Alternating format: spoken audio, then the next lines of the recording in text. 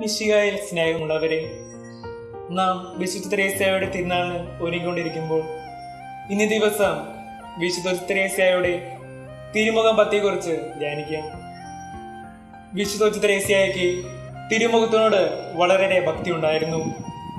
തൻ്റെ ചെറുനാമത്തിനോടൊപ്പം ഈശോയുടെ തിരുമുഖം എന്ന് കൂട്ടിച്ചേർക്കുന്നത് ഇതിന് വലിയ ഉദാഹരണമാണ്. തിരുമുഖം എന്ന ദർശനം അവിടെ കുറുക്ക് വഴിയുടെ ഒരു പ്രധാന ഘടകമാണ്. തിരുമുഖം പറ്റി അവിടെ ആത്മീയ ജീവിതത്തിലും കഷ്ടപ്പാടുകളുടെ സമീപനത്തിലും അവൾക്ക് ആത്മീയ ഉണർവ് നൽകി. ഈശോയുടെ മുഖത്തിലെ വേദനകളെ തന്നെ സ്വന്തമെന്ന് കണക്കാക്കി അവ ചേർത്ത് പിടിച്ച് തന്റെ ശാന്തമായ ജീവിതത്തിലൂടെ ക്രിസ്തുവിന്റെ സ്നേഹത്തിന്റെ യാഥാർത്ഥ്യം അവൾ അനുഭവിച്ചു. ഈ ദർശനത്തിന്റെ ഒരു പ്രധാന ഘടകമാണ് ഭക്തിയുടെ ദൃഢത.